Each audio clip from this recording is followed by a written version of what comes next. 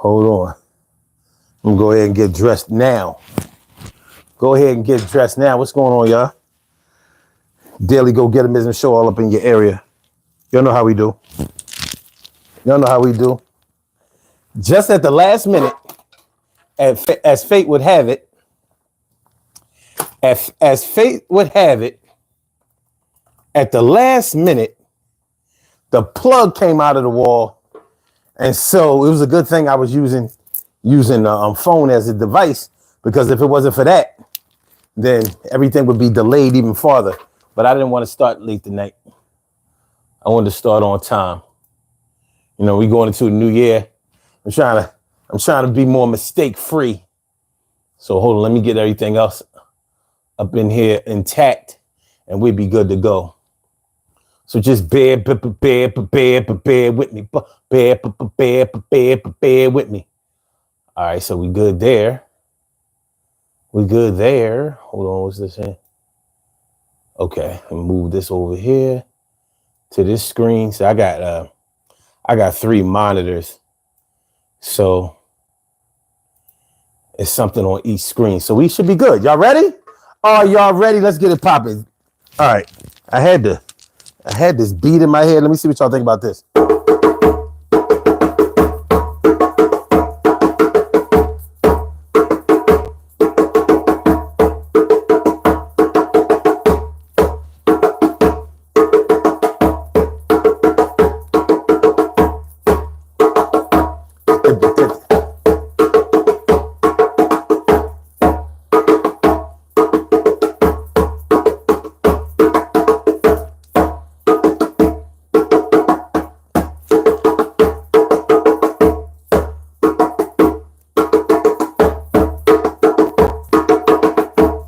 Come on.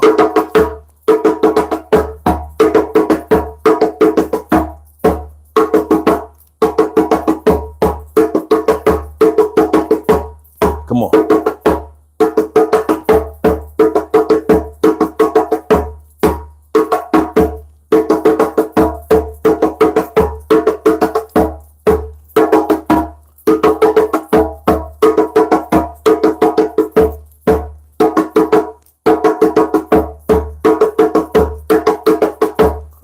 Da da da da da da da da da da da da da da da da da da.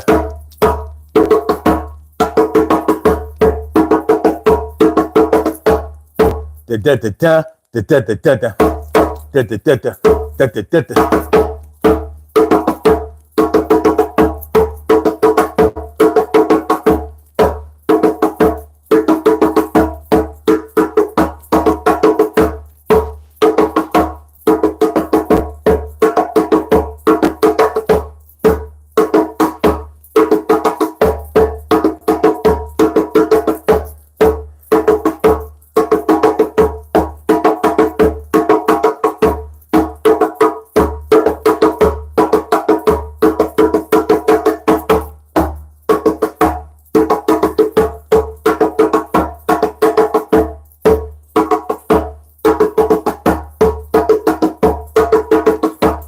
Yeah.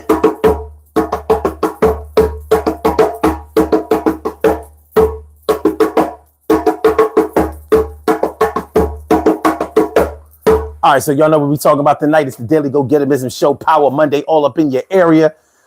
I'm your host, Son 752, aka Omar with the and if you can't say Omar with the well, then you just say Omar with the R. This is the Daily Go Get 'Em Business Show. I'm feeling like a real man should. I hope y'all feel like real men and women should also. Tonight on the Daily Go Get 'Em Business Show, yo man, I was like, I'm going to wear the glasses tonight. I can't do it. Tonight on the Daily Go Get 'Em Business Show, we are talking about, and we are asking about, would you date somebody? Would you mess around with somebody? Would you show serious interest in somebody that had like a permanent condition, a terminal illness, or something like that? And this is something that you really have to think about, because you never know where love is going to find you, or where you're going to find love, or when the bug is just going to creep up on you and be like, yeah, I want to talk to you. I want to talk to you. So what's up, Jamie? What's good? And Slump, hold on. Let me see what y'all say. What's up to my people?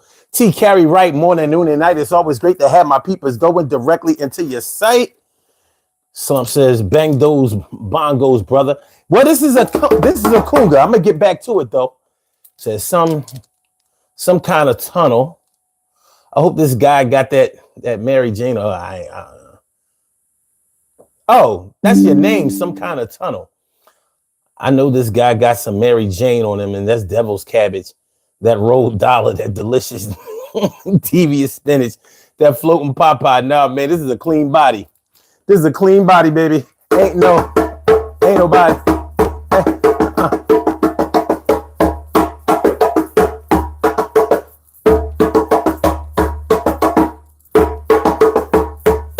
Clean body.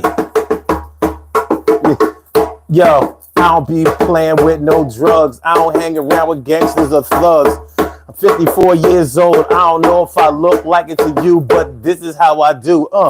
Yeah, I used to smoke a little weed back in the day. We talking 30 years ago today. That's way back in the times. And I ain't doing that shit because I care about mine.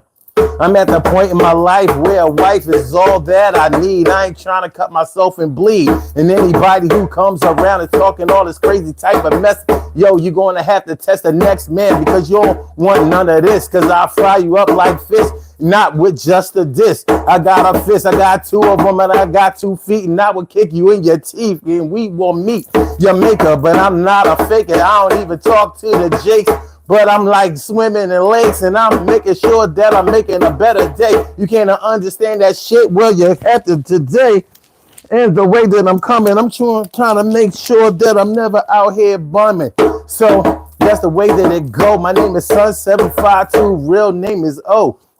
Mar, Ghost Star. So far, everything is working out. Yo, this was all about.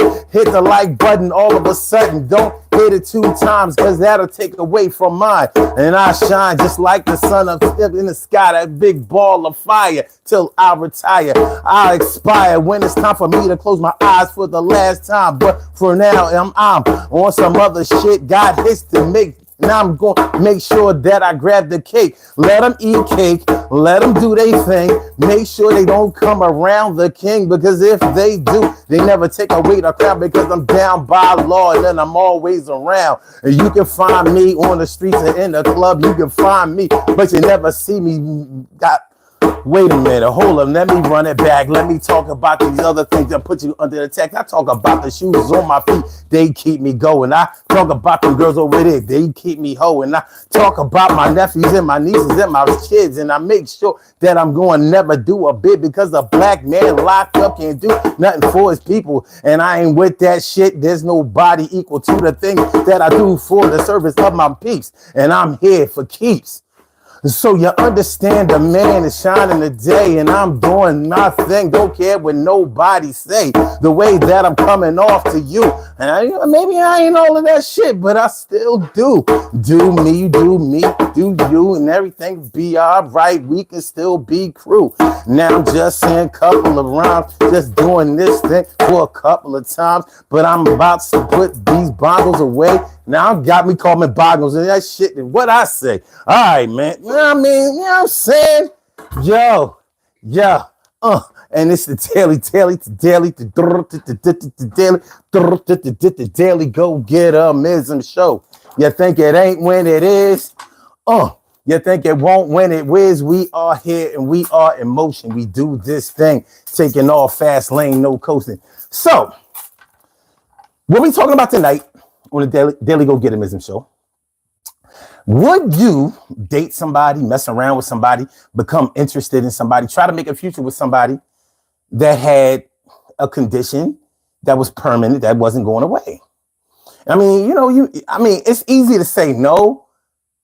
It's easy to say no because, and I can understand why a person would say no because, you normally when you think about getting with somebody, you want to get with somebody who's healthy, 100% healthy. But the thing is, love is healthy when it's real love. When it's real love, it's healthy. So, love might come from somebody who has lupus. Love might come from somebody who has MS. That's muscular multiple sclerosis, or MD, muscular dystrophy, or Parkinson's. You know, I mean, these are blood-borne disease. These are autoimmune diseases, and you know, I mean, you know, you just might fall in love with them. You just might. You never know where your interest level is going to come from, and you don't know how that's going to affect you and what you're going to do about it. So that's what we're going to talk about tonight on the Daily Go Get It Business Show. Please just do me one little solid as y'all come on up in here. Please just hit the like button. Just hit the like button. That's all I'm asking y'all to do. I ain't gonna ask y'all to do nothing else. Just hit the like button and everything will be all right. So, all right. Oh, some kind got out of here. Oh, no, he's still here. I don't know. He might be here. He might not. All right, it's all good. Let me see. That Mama Latina. What's up, man? Good to see you. Always good to see you. Cheryl Halsey, another one. Always good to see y'all, man. I appreciate y'all. Jamie says, someone call in. Oh, you could definitely call in. You know, we definitely entertain that. It's all good. Oh, sometimes the tunnel say, I'm just starving for a blunt. Okay, that's all. I understand. I do.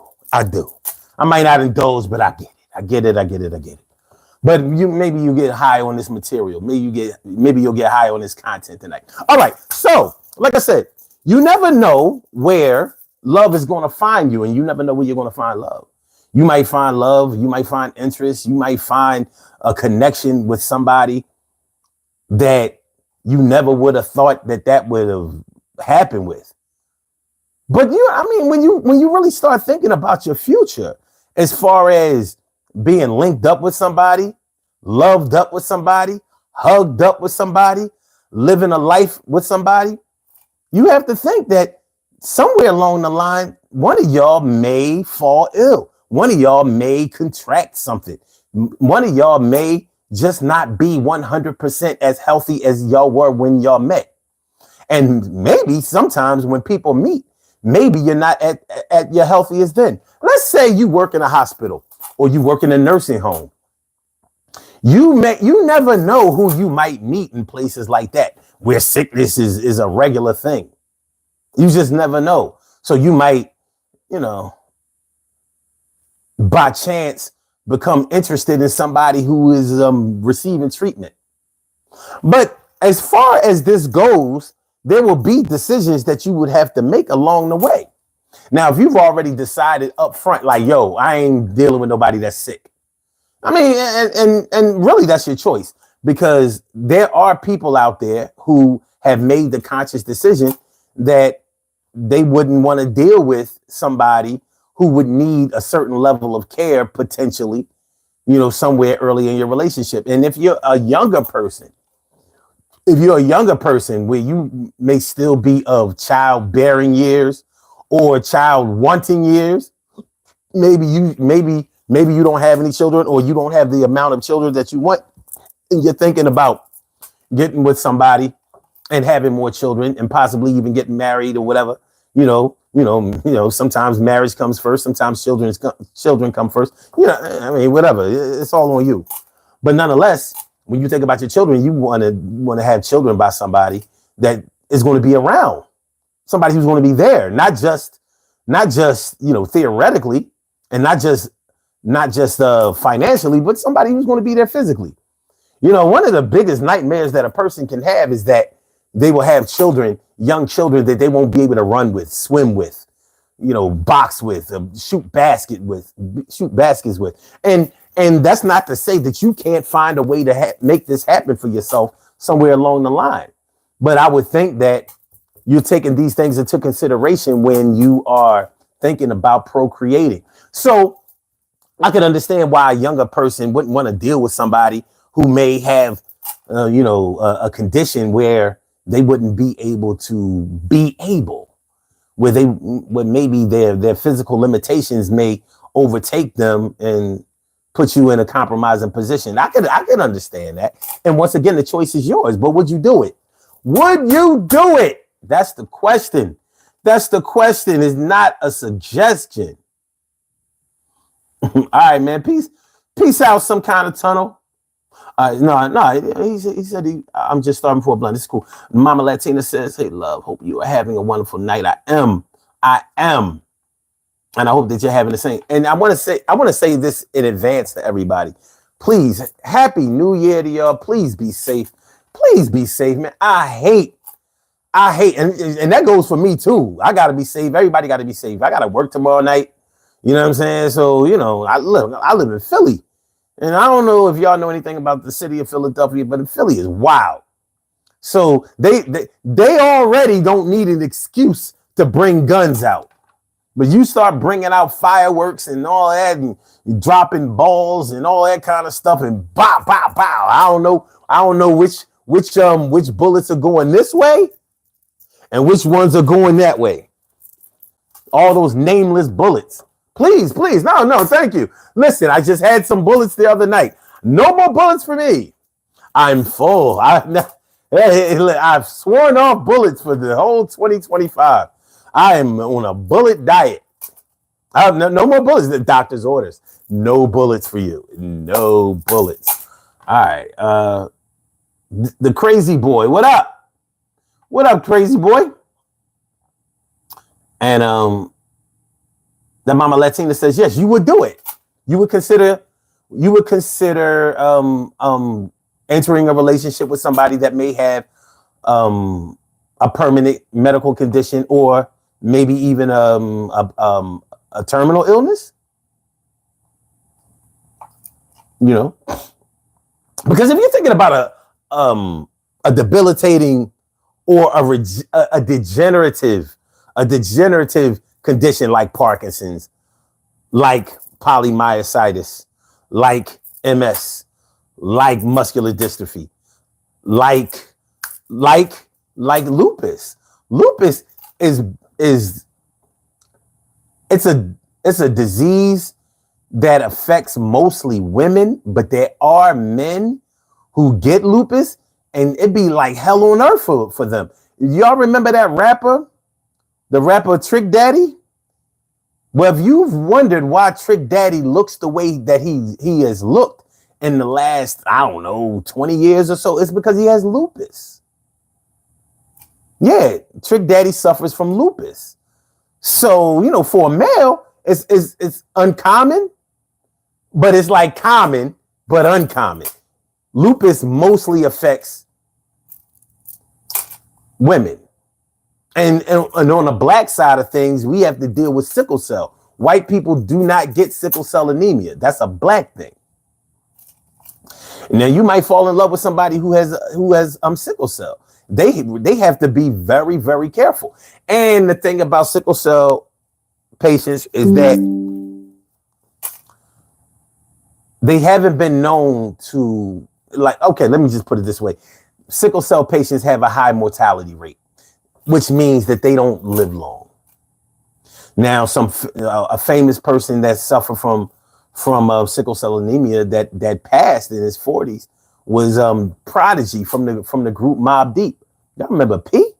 Prodigy. Prodigy passed because of complications with sickle cell.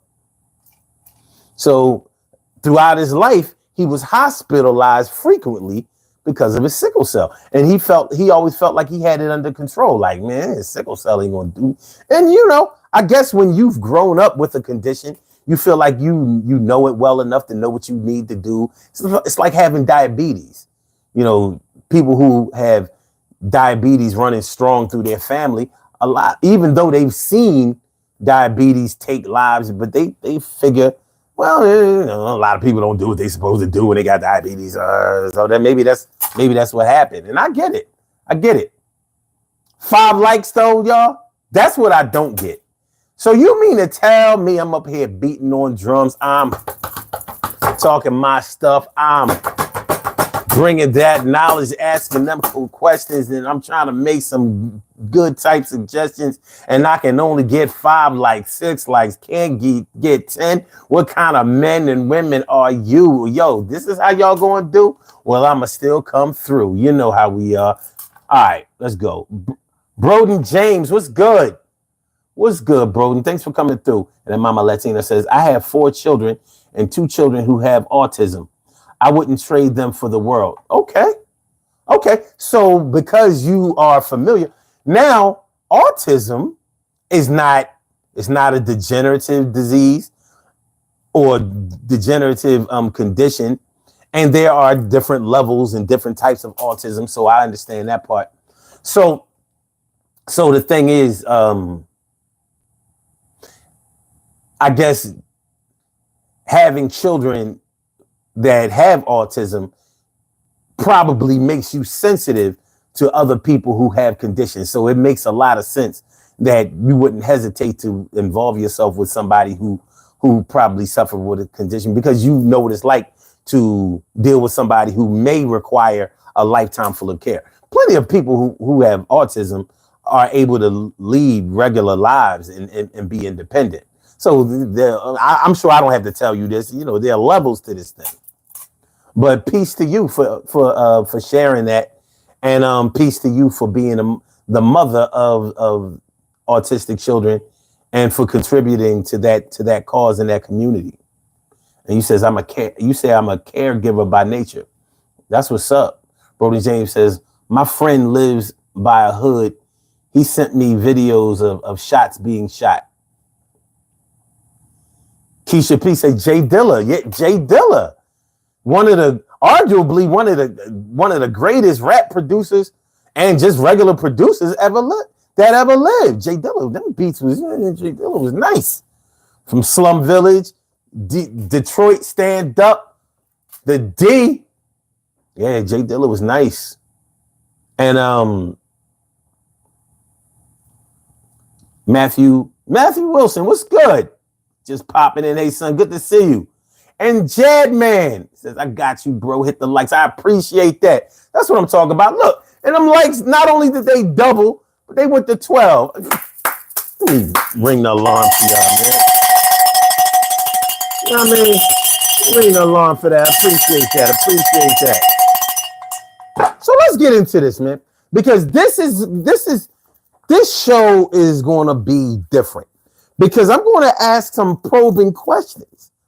You know, I was thinking about this, and I figured maybe we should like break it down by some known conditions, diseases, and see if some of them may make us say, well, yeah, I think I could deal with that. And maybe some of them you might say, oh, no, and because we're talking about conditions that can't be cured. Now, whether it kills you or not, that's one thing. But when we talk about something that can't be cured, we're talking about something that you're going to be dealing with for the rest of their lives.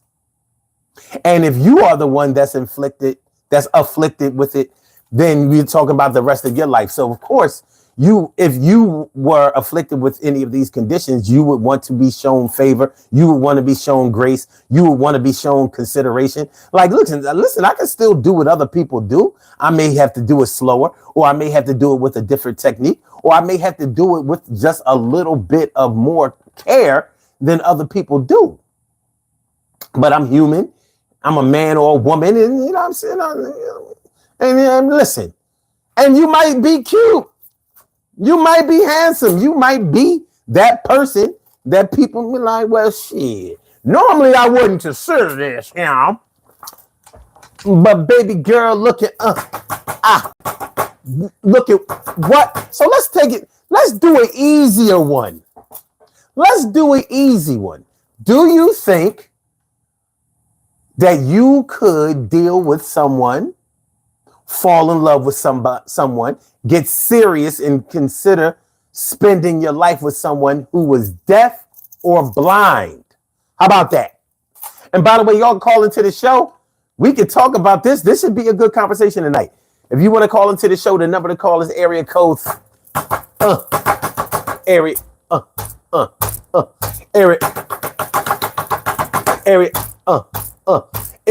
is 267-874-1949. That's the number to call. I said it's 267-874-1949. Yes, y'all. I said it's 267-874-1949. Yeah, get on the line. I said 267-874-1949. Yeah, get your shine, baby. Get your shine, baby. Get your shine, baby. Get your shine, baby. 267-874-1949, baby. Call 267-879-1949, and I'll get you on up in here. There is no censorship when you call in.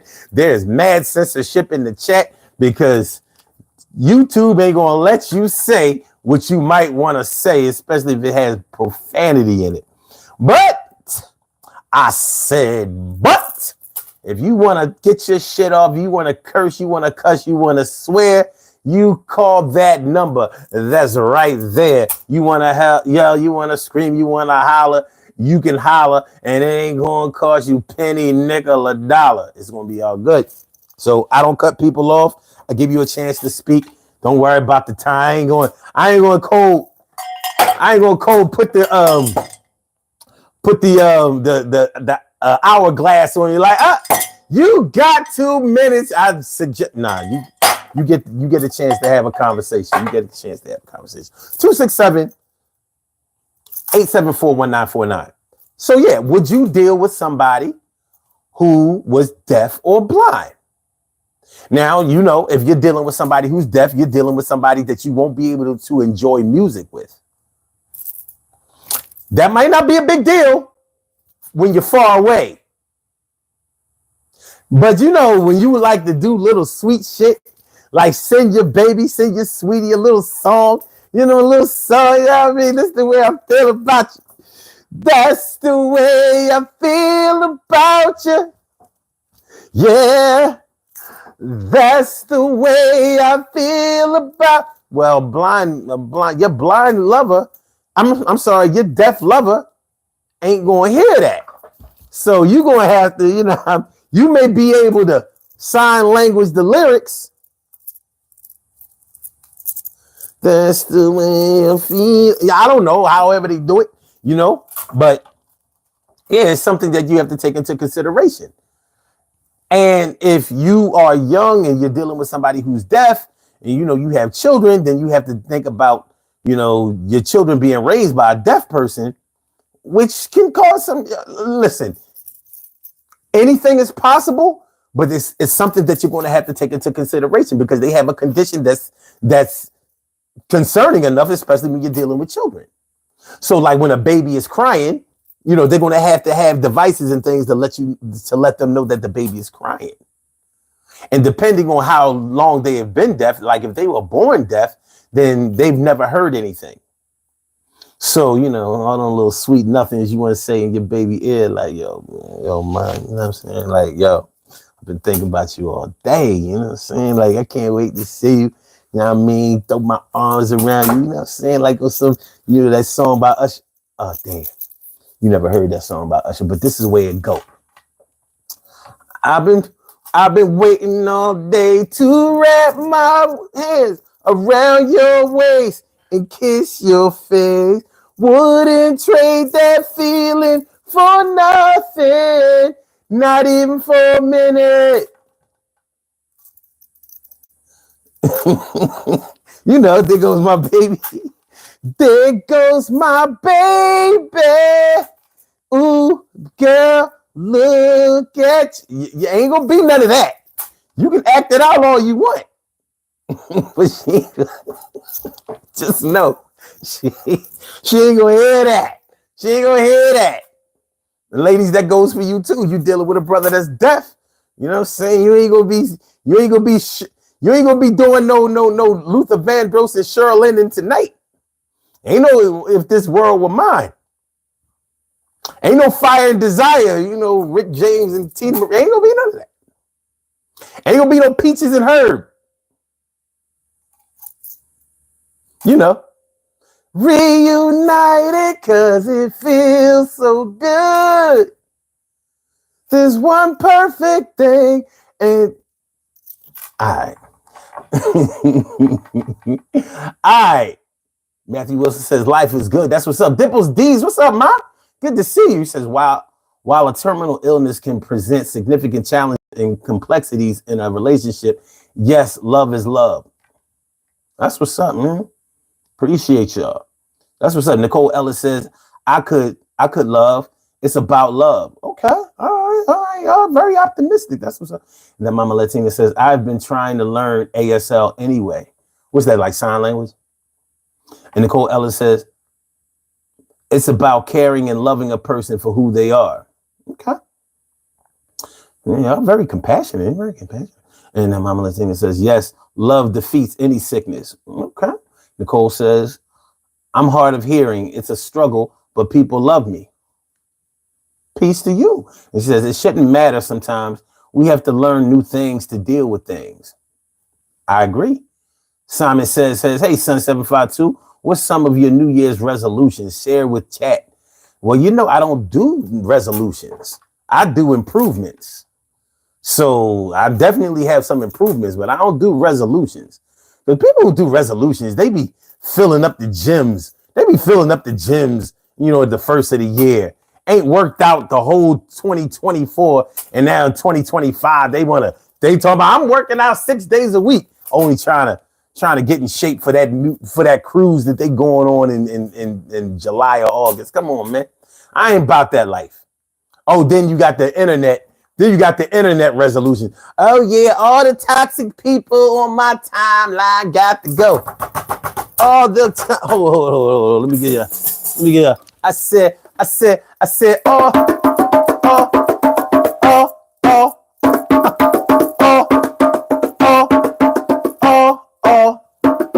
all the toxic people in my life got to go. Y'all going out on the first, yo, and you're never going to come back because you're blocked, and I ain't down with that shit. Is it a shock? Yeah, I told you, I warned you that y'all was going. I waited till the first, and yeah, it's showing. And now you will never see my stats, and I know that you're mad at that. Well, some people care, some people ain't dead, some people ain't trying to hear nothing that you share. And I get it. I ain't really down with it. I ain't trying to hit it. I shit it on nobody. Yeah, got a clean body. Make sure I come through, hit all the good hotties. No, not each and every one. I'm too old. I ain't doing with that shit. Your story be told. Everything is gonna be okay. We gonna work it out somehow, some way, someday. And since you're here, we gonna share with each other. Yo, sisters and brothers, they all know others that make me feel good when I'm around my fam. Yeah, get the drums and start the jam. Sometimes I bring out the rockers, and y'all understand, yo, it's like a shocker. I said maracas. Let's bring them out now. Are you down? Are you down? Are you down? Yeah, bring out the maracas. Yo, say a little something. Yo, make sure you keep the crowd pumping. Yo, everything is good when them acapellas rock for all the girls out here, even the fellas. They saying ho, girls saying ow, you know, old school type shit. Yo, wow. Yeah, that was a party got started. Made sure I'm ready. I met this girl, she was retarded. And I was like, yo, she's still a cutie. You see that shit? Big titty, fat booty. Yeah, she was a little slobbering something, but yeah, I was trying to hum something. I didn't really mean to fall in love, but I'm like this, fit like a hand in glove. So I'm going to autism meetings and all kinds of shit, and I'm down with this shit, and I'm more than hitting. All right. Okay. Let's go. Let's keep it moving. Okay. Nicole says, I'm hard of hearing and struggle. People love me. All right. Seika Sala. My man Seika Sala was good. He says, I couldn't handle that type of situation. I think it would cause friction and spite. You know, that's your choice. And there's nothing wrong with being honest about that. And actually, it's better if you're honest about it. One thing is for sure. When it comes to love, you have choices. Everybody's choice doesn't have to be your choice. You have the right, the autonomy to choose someone of your liking. If you know what your tolerance level is, there's no real need to challenge that. Let love make you want to challenge it. Other than that, keep it moving. If you know that you're not attracted to something or whatever, you know what I mean? Keep it pushing, especially from the beginning. Like, so if that's not a condition that you would want to deal with, it would be better to be honest with yourself instead of saying like, all right, yeah, I think I might be able to do this because she got the fattest ass I ever seen. Come on, man, that shit ain't gonna hold up in the long run. Dimples D says, it's a bond that often involves understanding each other's core values, beliefs, and goals. The connection creates a sense of companionship. Simon says no New Year's resolutions, just daily improvements. Also, talk a bit more about Kensington. Has it been gentrified yet, or the same politics as usual? Well, I don't know how you would gentrify Kensington because it's always been a white community. Ain't no black people been dying to get into Kensington. Kensington has always been a white neighborhood. Always. And that's the reason that they let the shit be the way it is. If that was all black people, then you wouldn't be able to have junkies like that. No way. They wouldn't be having that. They would fix that shit. But because it's on that side of the city, I'm like, white people, they put up with it, then it goes that way. All right. So some of us believe that we can carry on a relationship with someone who is deaf or blind. Okay. How about this? How about someone who has a heart condition? Dealing with somebody who has a heart condition or a heart condition or kidney disease, it's tough. When you're dealing with somebody who has kidney disease, they may be on a list for a transplant, but in the meantime, they're going to have to be going to dialysis a few times a week. So that's something that you have to think about. That's something that might be something that you may have to accompany them with. It can have an effect on your ability to travel because wherever they go, they're going to have to make sure that those dialysis clinics are available to them. They can't go on vacation from their condition. So, kidney disease can get in the way. And by the way, y'all won't be having, drinks by the pool and all of that because they can't drink like that. They can't pee. That's the thing about a kidney disease. It's kind of, it's different. It's very, very different. So a heart condition, when you're dealing with somebody who has a heart condition, it's a potentially fatal condition. They're going to have to eat the right things. They're going to have to do the right things. They're going to have to make sure that they keep up on their doctor's appointments. They're going to have to listen. You know how sometimes many of us don't listen to our body. We don't do the right things. Especially when you're young, dealing with a young person that has a heart condition already. Like we be thinking like, nobody in their 20s or their 30s have a heart condition. Yes, they do.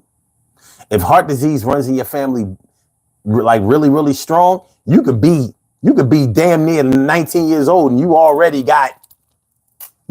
on some old John Q shit. Y'all remember the movie John Q? You remember the movie John Q? Nicole says, it doesn't matter if you already know about that. If you already know that, know about that person, it can still matter. She says, we are all different. God loves each and every one of us. Would you talk to anyone with those issues? I would have to really, really consider it. I would have to really, really consider it. Because I'm not gonna lie, I like a woman that's healthy. I do. And real healthy. I'm a physical type of dude. So, when I was a little younger, I like to hike and run and, I'm very physical. So that would be hard for me. But I never fell in love with anybody that had those kind of problems. But you have to kind of consider cancer, because anybody can get cancer. You can get cancer in your 20s. You can get cancer in your 30s. You can get cancer in your teens. You can get cancer as a single digit child. We've seen it. Leukemia and shit. You go to any children's hospital and you see a bunch of sick children. It's depressing in a lot of ways, because you're thinking like, damn, you so young, y'all haven't lived your life, and you already fighting for your life. You haven't lived life, and you're fighting for your life already. It pulls at your heartstrings, but it happens. So when you think about somebody who has cancer, you could be starting a life with somebody who has cancer. Y'all already done had children together. Y'all got a life together. Everything is good. And they get diagnosed cervical cancer. Maybe y'all didn't find out about it until it got into its later stages. It's already starting to metastasize, shit like that. What you gonna do? Now, you didn't get into this knowing that they had it. They got it while y'all were already involved. But let's say you met them after they had cancer. So you just happen to meet them somewhere, whatever, at a party, at a function, at a get together, at a laundromat, at a show, at a market, anywhere, and they look pretty healthy. Maybe the cancer hadn't gotten into his later stages. Now, you dealing with somebody who has cancer, and maybe they're in remission. So it seems like a pretty good bet. They was in remission and everything seemed like it was okay. Maybe later on, it started to get more serious. Damn. Forgot, we didn't even get dressed. I'm already dressed. Y'all not dressed yet. All right, let's go ahead and do that. Y'all not dressed, huh? All right, so let's do this. For those of y'all who never been to this show before, and even though our numbers are fluctuating and shit, you know what I'm saying? But we good. All right, so what we have here, see, the necklaces that I wear are made of genuine cow bone. You see, get the shine on the cow. And these are cow bone necklaces also. So what we do is I put one of these necklaces on you, but I let you choose which one y'all would like to wear. So you can choose the one on the left. This is a popular one. This one usually wins. No pressure. No influence. I'm just letting you know. The one on the left or the one in the middle. Which one y'all like? The one in the middle, dark accents, or the one on the right? Which y'all like? Which one you like? Okay, so the one on the right, the one in the middle. Cheryl Halsey says middle, or the one on the left. This is the one in the middle. This is the one on the left. And this is the one on the right. What's it going to be? So Dimple says left. Cheryl says middle. We normally wait until we get three. Like the numbers are fluctuating all crazy, but we here. All right, so this is the one on the right. I'm sorry. This is the one in the middle. Make sure I'll switch it up. And this is the one on the left. So we got one vote for the middle, One vote for the left. What we gonna do? What we gonna do? Middle, left. Middle, left. Middle, left. Middle, left. Or is it the right? Or is it the right? What's it gonna be? All right, and all we need is, look, for what we working with, all I need is really one more vote. One more. Una más. Una más. That's the one on the right. That's the one in the middle. And this is the one on the left. Okay. So y'all taking too long. This is what we're going to do. We're going to go with the one in the middle. We're going to go with the one in the middle. Let's go. That's the one in the middle. I'll show y'all the ocular proof. Proof that it was here. Proof that you were here. Let's go. Wait a minute.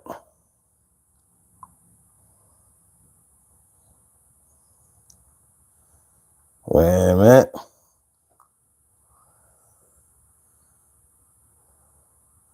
Okay. There you go. Looking good. Everybody looking good. Looking, the ladies, you're looking beautiful. You're looking pretty. You're looking sweet. You're looking sexy. You're looking elegant. You're looking like something good. Somebody want to take you home tonight. Ooh, baby. I gotta get you home with me tonight. Good look. Good look. Brothers, fellas. You're looking suave. You're looking debonair. You're looking handsome. You're looking smooth. You got on your soft stuff tonight. Everybody's looking, you're looking good. You're looking good. You're definitely looking like something that the ladies would like to start a family with tonight. Looking good. Real good. You know what I'm saying? All right. So that's how it's going down. Take a screenshot. Show them what you got. Take a screenshot. Yeah, you like it a lot. Take a screenshot. Yeah, you know how it go. It's the Daily Go Getimism show with your man. Oh, all right. So let's go. So let's continue. Let's continue. All right, so what up, my man? Info Spot 411 was good. 411. Okay, let me see. Okay, hold on. Nicole said, what if you already love them and nothing was wrong and then they got sick? Would you still love them or leave them? Nah. Ain't no loving them. Ain't no leaving them. You know what I'm saying? Like, well, me personally, I wouldn't want to leave them. You know what I'm saying? Like, that's some serious abandonment shit. Like, a condition that they can't control, that they have no control over. Like, I mean, that's some pretty rough stuff. I mean, now, like I said earlier, you have the right to be with who you want to be with. But damn, that's some cold shit. And, you know, that would seem a little bit, that seemed like it would have karmatic implications, if you know what I mean.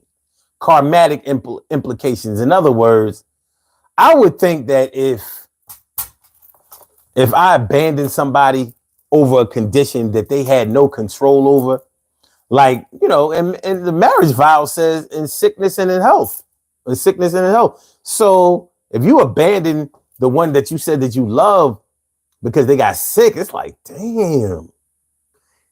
Now, there can be other extenuating circumstances that might make you want to do some things. Like, suppose they got to a point where they couldn't perform for you sexually. And, you know, now, is it fair that you should have to give up your sexual activity because they can't perform? So y'all might have to make sure that y'all keep the lines of communication open and strong between the two of you. So, you know, so the miscommunication didn't go seriously left and leave one of y'all left behind. Now I can honestly say this. If I was dealing with a woman and I fell ill, like ill to the point where I couldn't please her sexually or physically in any kind of way, I mean, we would have to have a talk. You know what I mean? You know, listen, I might be a proud man, but I'm also a fair man. See, I'm a Leo, and you know, we have this thing about justice and fairness. Now, to y'all people, it don't seem like we do, but we do. We ain't about that. Oh, no. So you mean to tell me this person got everything and these people have nothing? We ain't about that life. So what I'm saying is I might have to arrange, like, listen, I might have to tell my lady, like, listen, baby, you got to do what you got to do. It's not fair that I should want to please you and you should want to be pleased and I can't do it. I can't do nothing. But what I will tell you is please be respectful. Be respectful. Don't, you know what I mean? I'm already sick. Don't make me feel like dying. Don't do that. You know, so, you know, everything don't need to be said. I know as a man, I would do that. Like, oh, you know. Now, I ain't no freak. I ain't going to be like, oh, yeah, but I want to watch to make sure. Nah, we're not doing none of that shit. No. But I'm not going to stop you from. I might be like, but don't be falling in love with that motherfucker. You still my baby. You said that you was going to ride till the wheels fell off. Well, I'm down one wheel. But you said wheels. I still got 3 wheels.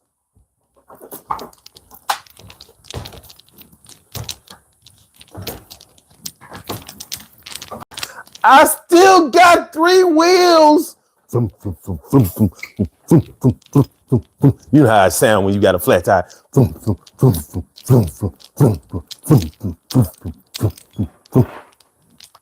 Speaking of flat tire, ain't that the worst fucking feeling in the world when you driving and you wondering how come your car is not performing right?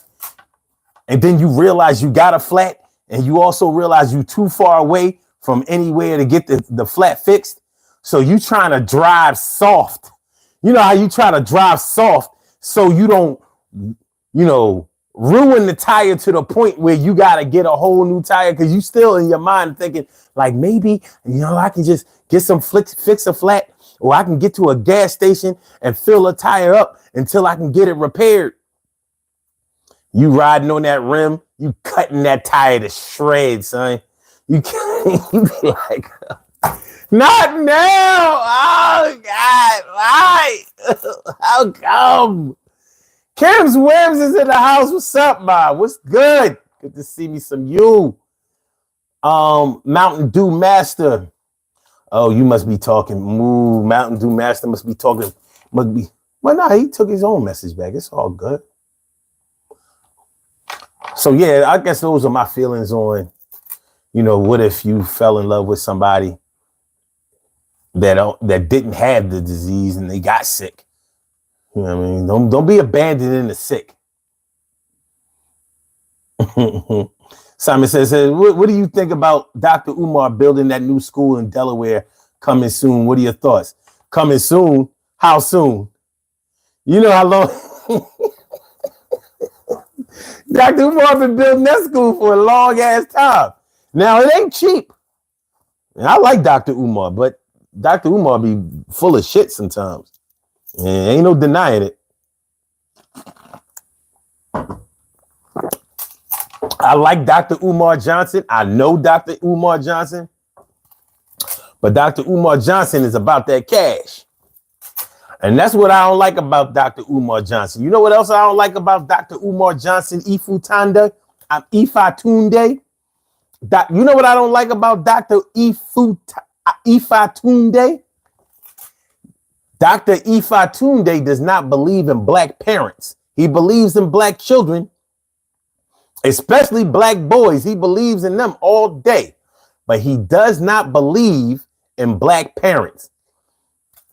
Dr. Ifa Tunde does not believe that Black parents have the capacity to raise their own children in a constructive, productive way. I got a problem with that. That's why he wants an all-boys school. And he said it like the parents are the problem. We got to get the kids away from the parents. I'm like, slow down, dog. Slow down. Slow down. Now, you have to consider that he went to Scotland School for Veterans Children, which wasn't an all-boys school, but it was a boarding school, you know. And so it makes sense that he wants to build a boarding school, which is what the FDMG school is, the FD. Frederick Douglass Marcus Garvey School. But anyway, Nicole says, my mother had cancer, but my dad cared for her until he passed away. Then she passed away. Oh my God, man. I'm so sorry. I'm so sorry to hear about that. I hate to hear about people's parents passing away. And it's something that, you know, we'll all have to deal with at some point. My dad passed of cancer in 2021. I think about my dad every day, and I miss the fuck out of him. So I definitely get it. But my condolences, and definitely my care and concern for you and your situation. So, but it's tough. It's tough when you're dealing with somebody who you love, care about, and want to deal with and want to be with. But they have physical limitations due to their condition, due to their what do you call it?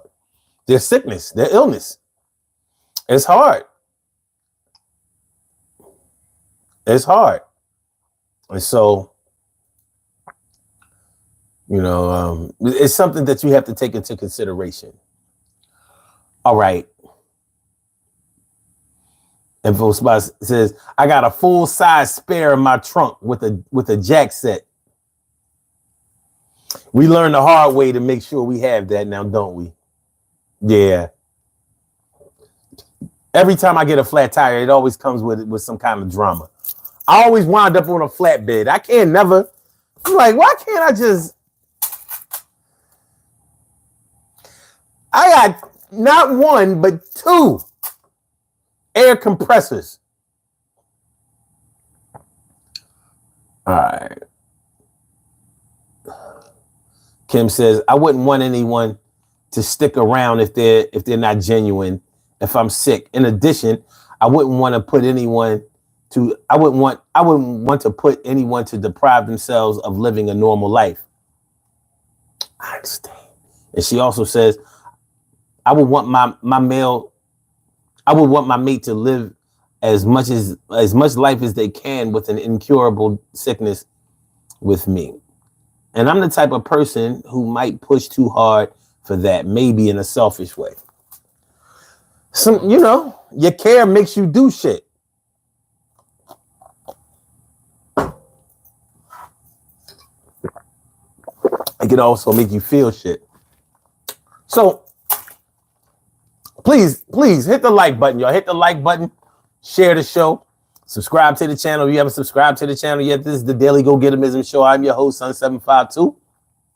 And we are talking about, would you date someone with an incurable disease?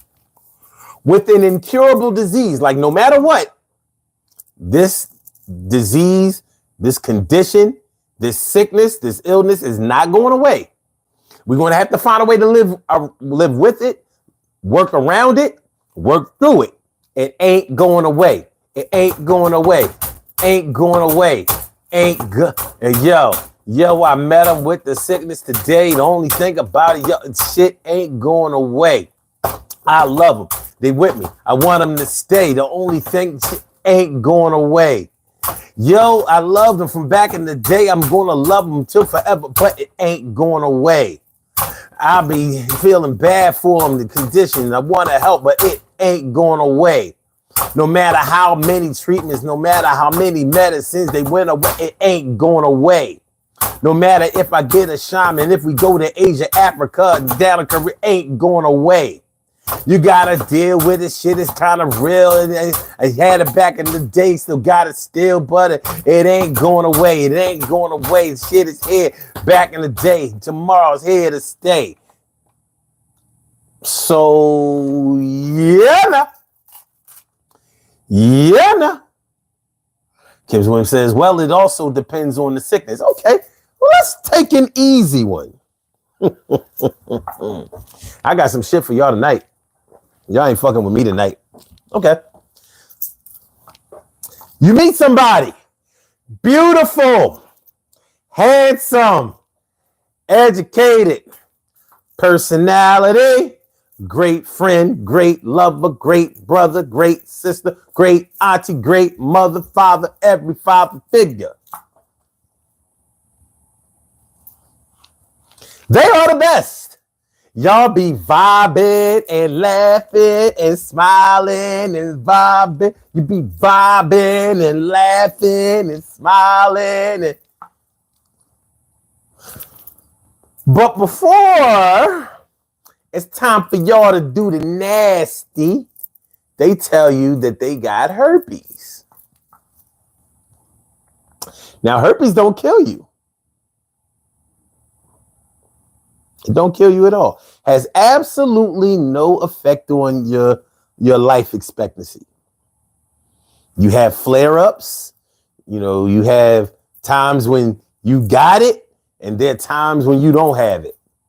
As a matter of fact, the longer you have it, the less you have it. The less you have flare-ups and shit like that. But they were transparent. They told you. Well, yeah, I contracted genital herpes. My last husband or my ex-wife or whatever, you know, they was out there messing around and gave me that shit. I ain't got nothing else, but I got that. Now, here's the thing about herpes. One of the reasons, first of all, 50 million people got this shit. In the United States alone, 50 million. Yes. 50 million. 1 in 4 people in the United States have herpes. So, more than likely, you have had sex with somebody who has herpes. Because they may not have never told you that they had it. And if they don't have any flare-ups, you can only give it to a person when you have a flare-up. As a matter of fact, regardless of what they say in the on the commercials and stuff like that, they tell you that you can give somebody herpes even if you don't have a flare-up. I'm like, well, how can you do that when you can't even detect it when you don't have a flare-up? I've, done my research. I used to be like really good in health class. So the herpes virus is inside of the pus that comes out of the sores that you have. So it's the same as if you kiss somebody when you have a cold sore, because herpes on the mouth is herpes simplex 2. I mean, herpes simplex 1. Simplex 2 is genital herpes, or the other way around. Yeah, it's been a while. So anyway, so if you kiss somebody with herpes and you have a cold sore, they're only going to get it if you have a pussy cold sore. Once it starts to heal, the virus is already reversed. So it's just like, having COVID or a cold or a flu. Once you start to heal, you're not contagious anymore. Same thing with herpes. But because there are so many people with herpes, because it doesn't kill you, You just start counting one person, two person, three person. One of those four, one of them got it. That's how many people have herpes. So let's say you then counted, you done ran into one of the four. One of those four people, 1, 2, 3, 4. Oh, damn. One had it, then three had it, and then four had it, and then two, and then another, So what if they told you? Now remember, this person, y'all didn't already dated and had fun and, y'all doing the damn thing and all of that. So just before y'all about to consummate this lovership, they tell you, well, yeah, I got a little set of luggage and it ain't Samsonite.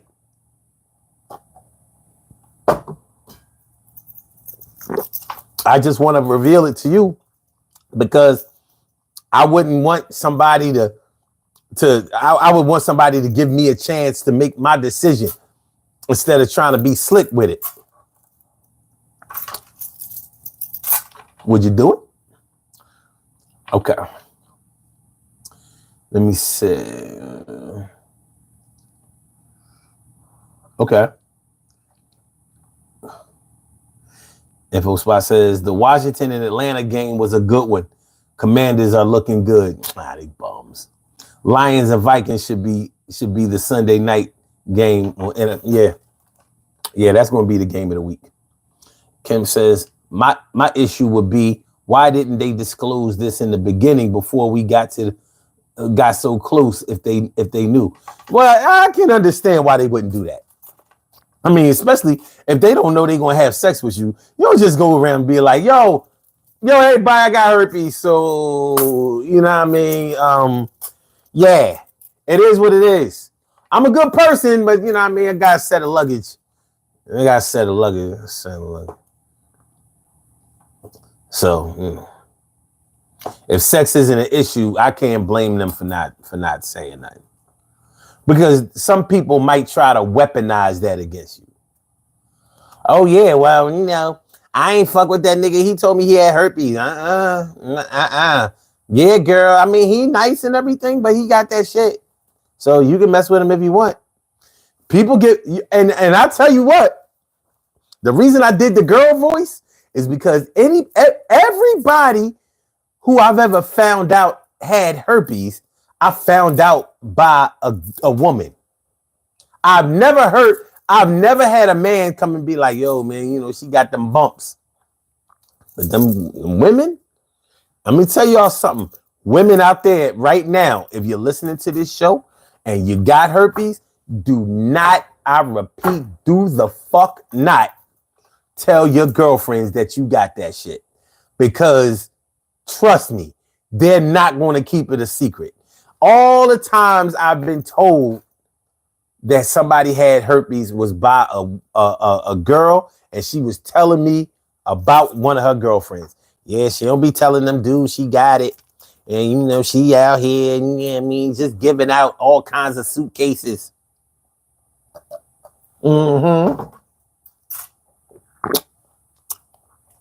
She giving out suitcases and carry-ons out here. That bitch nasty.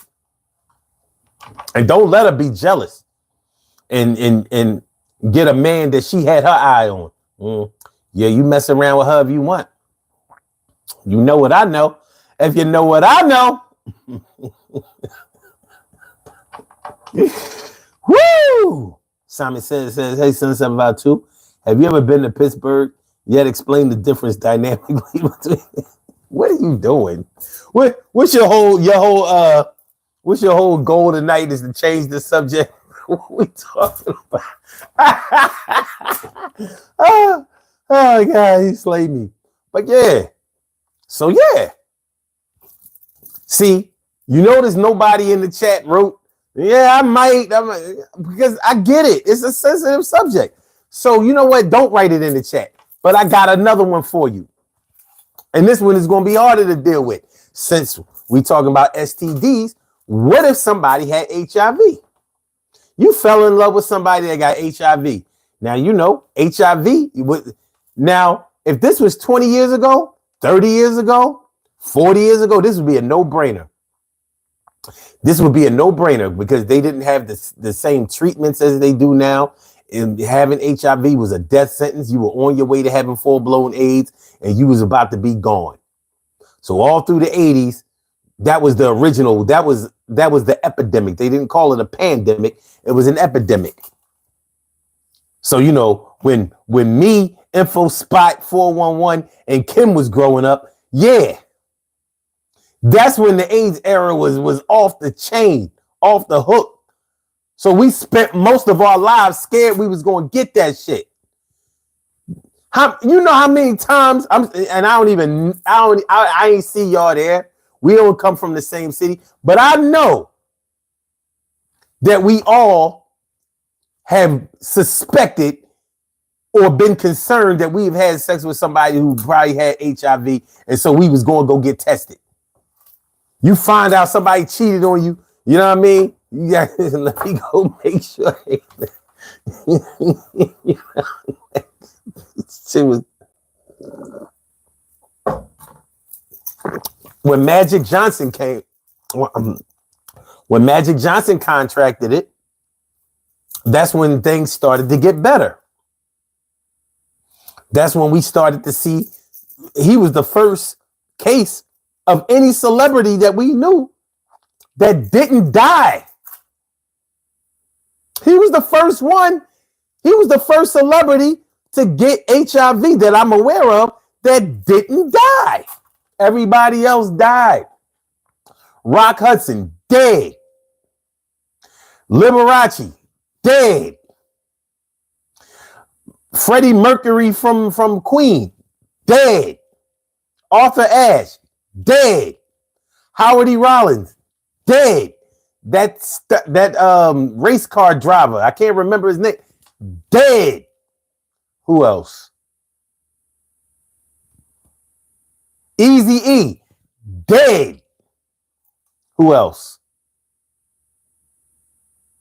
Who else? They didn't have the treatments. Now, when Eazy-E should have lived, but there's a lot of controversy over how Eazy-E got that shit. And, you know, remember with Suge Knight, he has a theory on it. I don't know. Something wasn't really right about the Easy thing. He died too fast. He got full-blown AIDS way too fast. But yeah, now, you know, with the treatments that they have for HIV, you know, they got them on the commercials. You know what I mean? They just living their best life with HIV. Let's play some shuffleboard. Let's play some ping pong. Let's shoot some baskets. Let's weave some baskets. I got HIV when I first found out I got HIV. I didn't know what to think.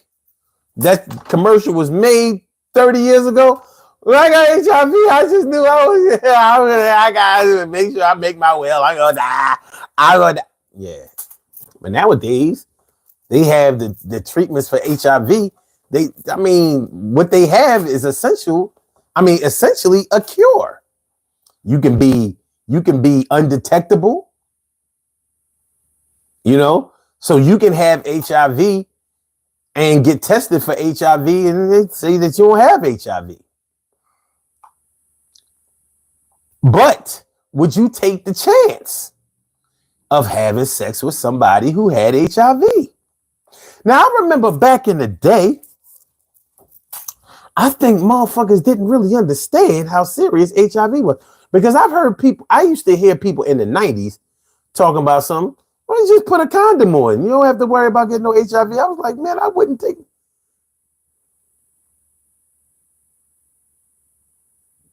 To me, that sounded like, so you would jump off the Empire State Building because there was a net at the bottom? You must never got that money. So,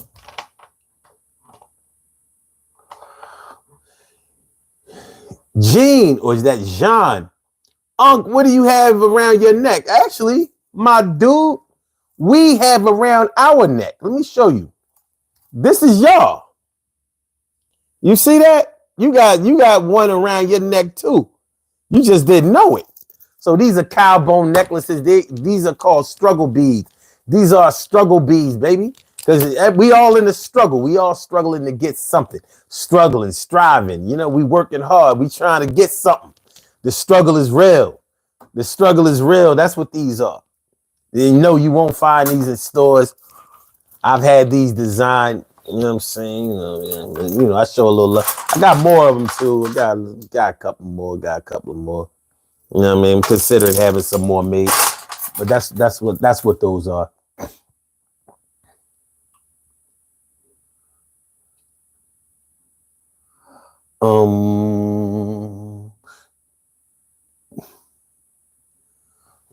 Simon says, my mistake, just conversation, but we'll stay on topic. That's all good though. I mean, I appreciate that. Kim's woman says, why would she tell it other than jealousy? Yeah, but you know, certain things come out at certain times for certain people. Kim says, again, if we're falling in love, then we have spent some time. Why wouldn't they disclose that in the beginning before all of this love mixed into the situation? Well, y'all might not have been falling in love at the same time. But nonetheless, they ain't trying to, you know, I mean, they ain't trying to be dishonest. Shoot, it's kind of equivalent to a woman making you wait 30 days. Like, I got to get to know you. I got to get to know you. You got to take me out. You got to wait 90 days before I can give you this. And trust me, it'll be worth it. You'll love it. You'll love it. And then you can have it whenever you want. It'll be the greatest thing. It'll be the greatest thing. If you bail out before the 90 days, you wasn't getting no ass. So it wasn't an issue. It wasn't no issue. Kim said, when HIV was discussed in schools and heavy on the news, along with the whole download shit, testing was key. Our ignorance told us that there was no protection. Fear was my life for a while. Yeah, this shit.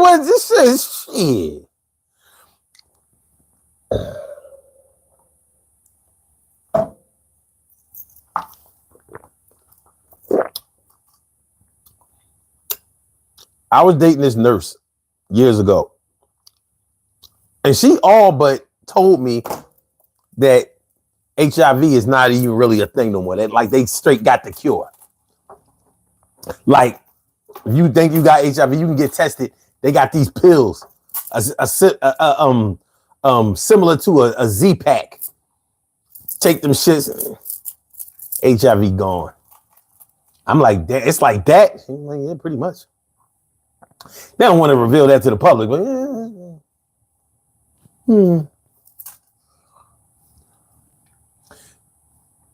But it was well in the 80s. It was well in the 90s. It wasn't a good look.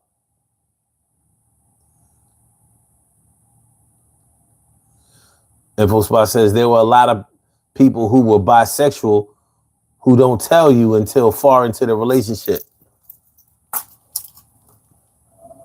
Yeah.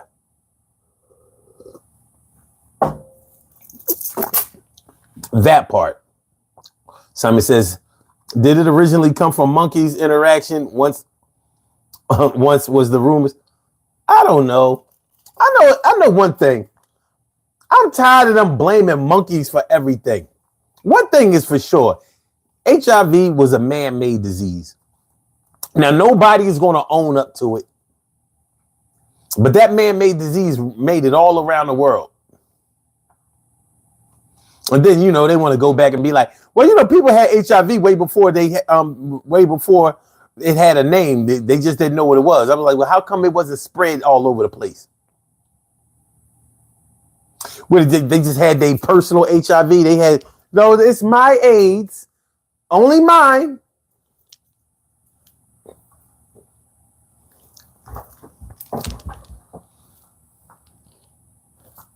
Got it through sexual contact and needles. Basically, it was bloodborne. And remember, they were saying they wasn't sure if you could get it from kissing. That shit was a mess. But nonetheless, yeah, what if? What if you fall in love with somebody that got HIV?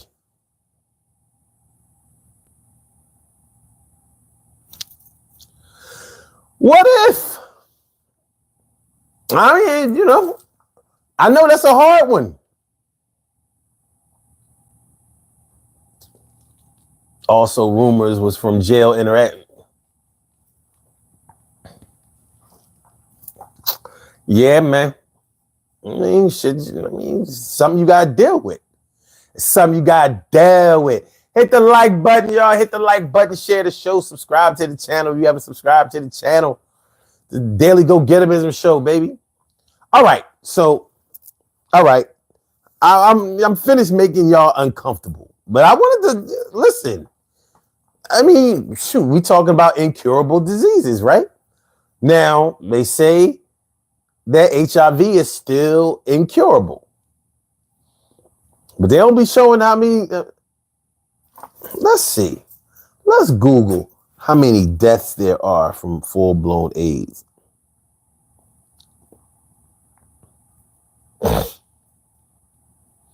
They don't even talk about the deaths from that shit no more.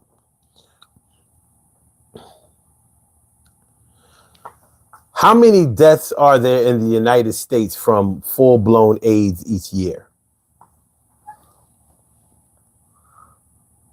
Well, god damn. Ain't this some shit?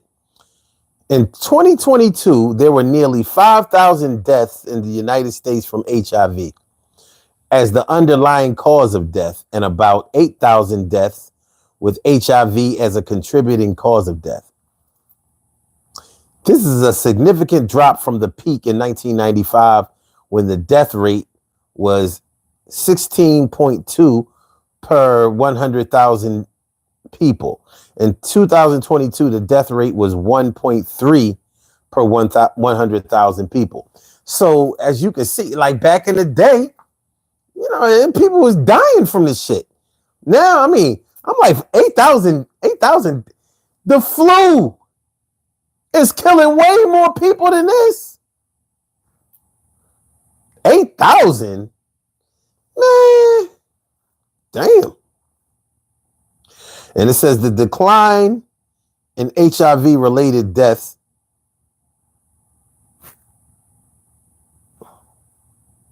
oh, shit. I'm sorry, y'all. I forgot that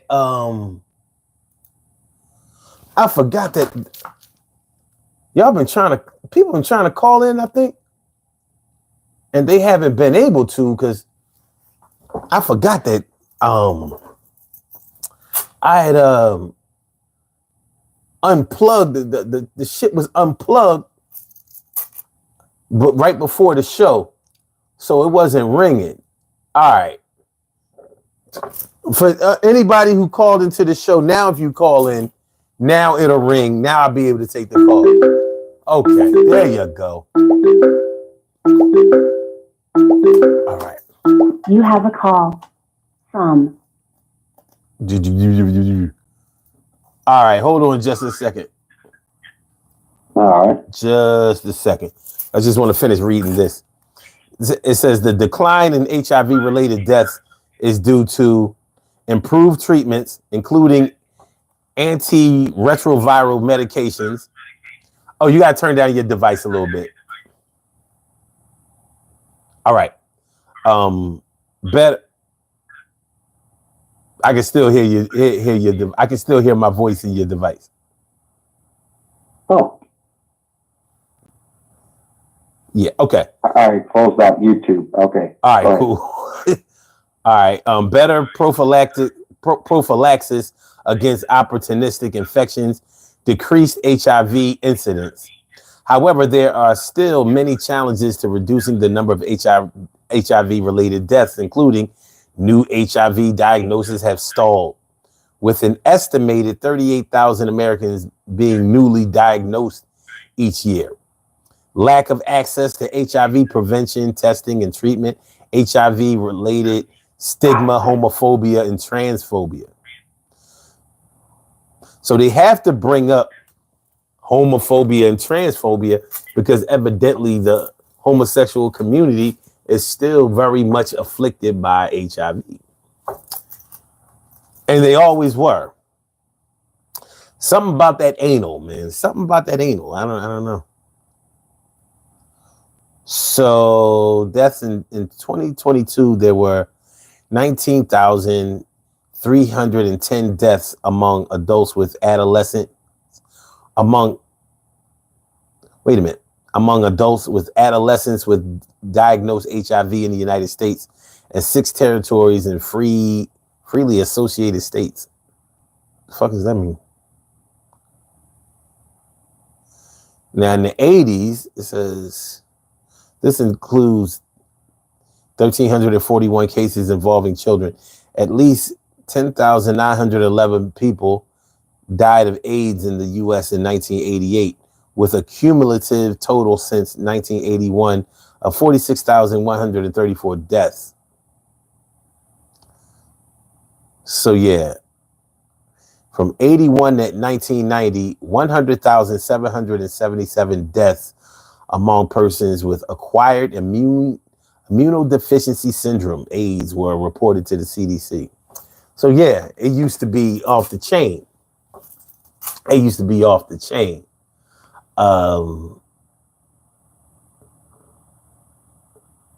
Let me see. Simon says Magic Johnson sure has the remedy, supposedly. They been had it. Kim says, and to be honest, if they do disclose it, no is still on the table. If they pass it to me, that's not fair to my loved ones nor me. I love me more than I love anyone outside of my son and dad. Mm-hmm. Kim says, and if we don't work out now, I'm stuck with some. Uh-huh. All right. Caller with the last numbers 02997. What's good? Thank you for calling in to the Daily Go Getimism Show. What's on your mind tonight? It's Ed from Detroit. Info spot 411 in the chat. A couple things on the topic. First, I think this was last summer or fall. I read an article and then I checked it on Google and there's like 2 or 3, good news sources on it. But there was a guy cured of HIV over in Europe, and it was an experimental thing. Mm-hmm. It was something like he took 2 or 3 treatments and it worked. But so apparently maybe it'll be coming soon to the U.S. I know there's a lot of bureaucracy, if I'm saying the word correctly, with the FDA and, getting testing done first, and it takes a while, but I see it in 10 to 20 years, it'll be curable. Mm. Yeah, I think it's curable now, and I think it's been curable for a long time. But the medical industry has to milk it for what it's worth. They've done the same thing for years with cancer, because every cancer patient is worth $250,000 to the health to the the medical industry. So there's a direct incentive for not curing shit, and they haven't been. They haven't cured anything. But they'll treat you until your insurance runs out, until there's no more money coming in. And then all of a sudden, we can't do anything else for you. Get your affairs in order. Yeah, that part. Yeah. The other thing I was going to mention, what I remember most from the 1980s was that it became famous on the news. It was tragic that Ryan White, I believe is his name, the young kid, and he contracted HIV through a blood transfusion that he needed.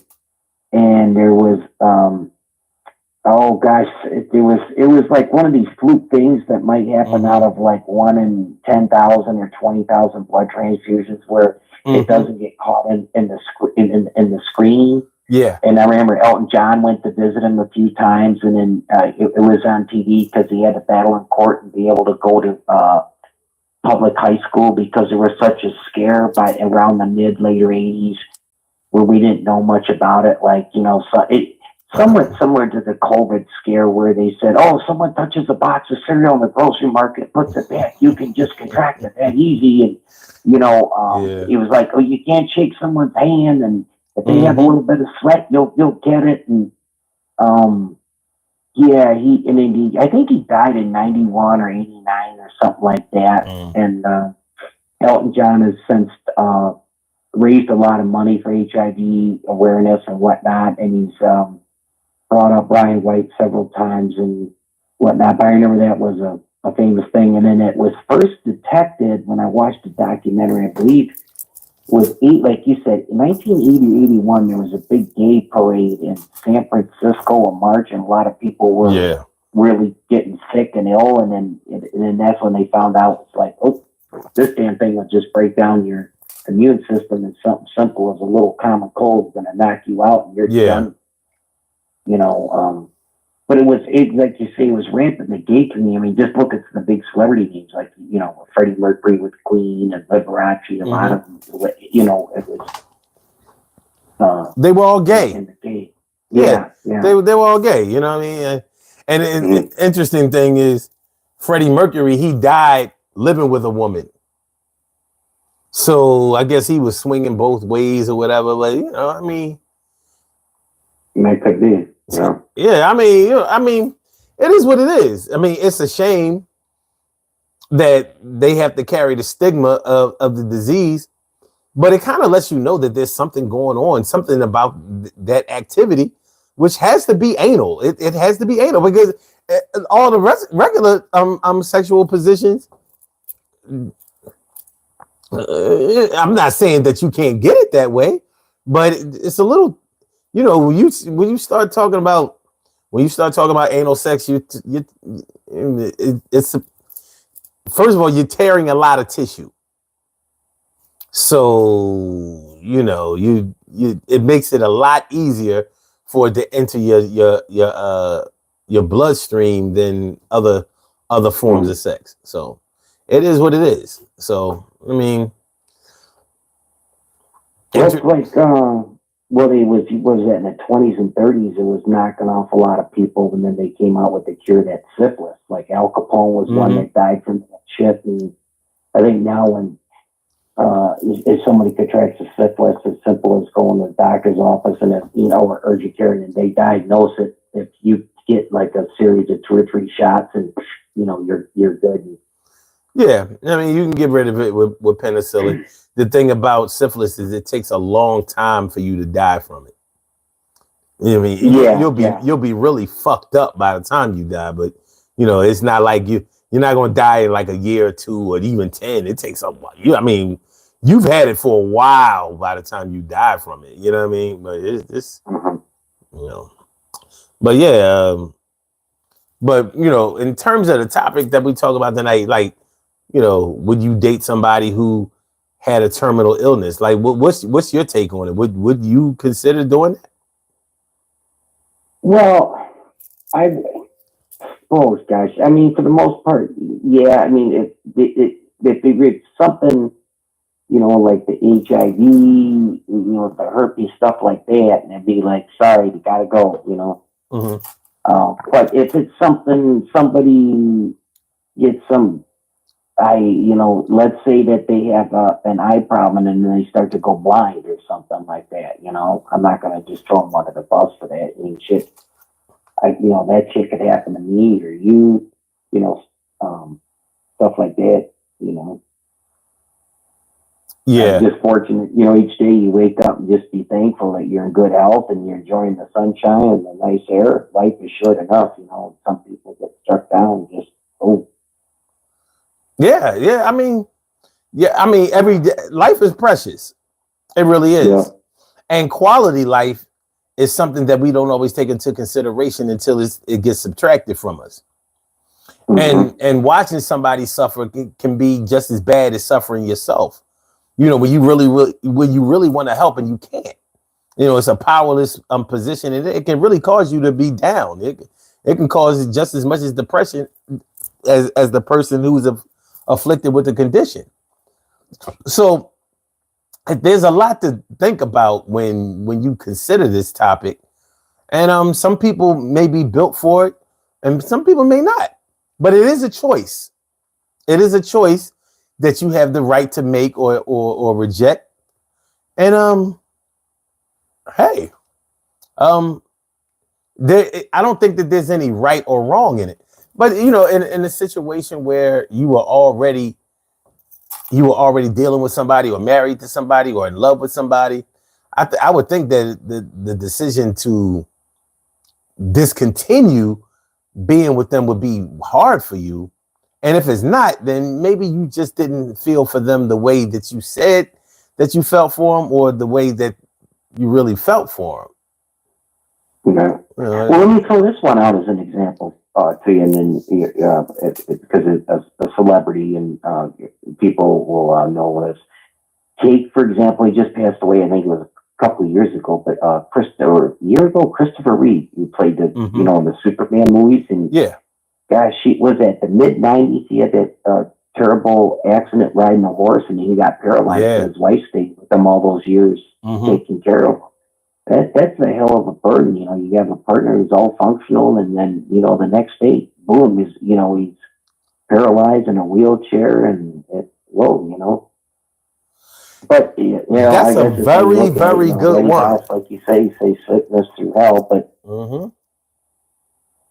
that's a good example, though. That's a great example, because that was a highly popular one, and Teddy Pendergrass too. Yeah, Teddy. Yeah, because both of them were quadriplegic. An interesting thing about quadriplegic people: do you know that men can still reproduce? Oh, so they can still get it up and hard. Yeah. So now that's the amazing part. So your limbs no good, but your Johnson is still working. Now I'm thinking that would be the first thing that you would lose. But there have been plenty of children born to quadriplegic parents. No. So I can't play with my dad, but my mom can. But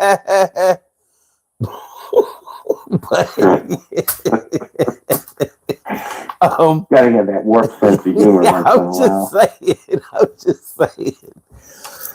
Rest in peace to both of them. But they definitely had a condition that wasn't reversible, and that lucky for both of them, they were married.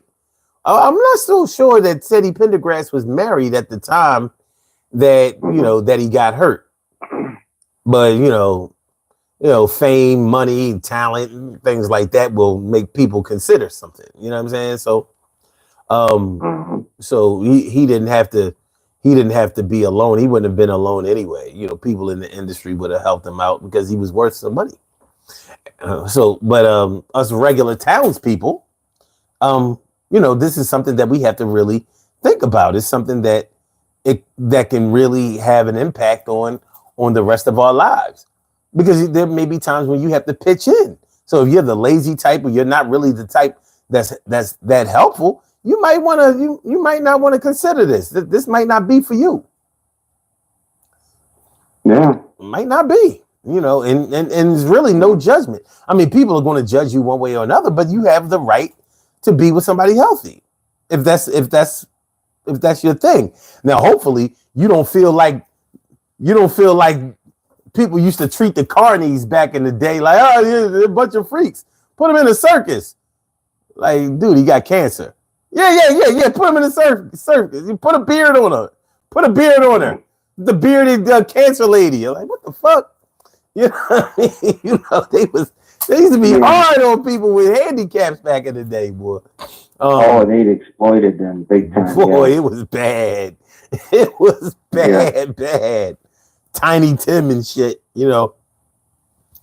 Well, it's kind of like, though, with the marriage and the vows, I mean, just how many damn divorces there are over what they use the general term reconcile differences. And it's just over shit. Someone's out of work for a little bit and the arguments start, and, boom, the divorce right away. Like, hey, I thought, what happened with the wedding vow thing? And then, what we're kind of talking on the night, to me, a lot more of a serious, matter, but, yeah. It's until you are